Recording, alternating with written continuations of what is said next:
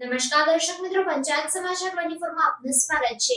ઝાલોદ એક આંગણવાડીના પ્રવેશપાત્ર બાળકોને શૈક્ષણિક કીટનું વિતરણ કરવામાં આવ્યું. આઈસીડીએસ ઝાલોદ એકના આંગણવાડી પ્રવેશપાત્ર બાળકોને જુદી જુદી શાળાઓમાં આનંદ અને ઉલ્લાસભર્યા વાતાવરણમાં પદાધિકારીઓના હસ્તે યુનિફોર્મ અને શૈક્ષણિક કીટ આપી પ્રવેશ અપાયો.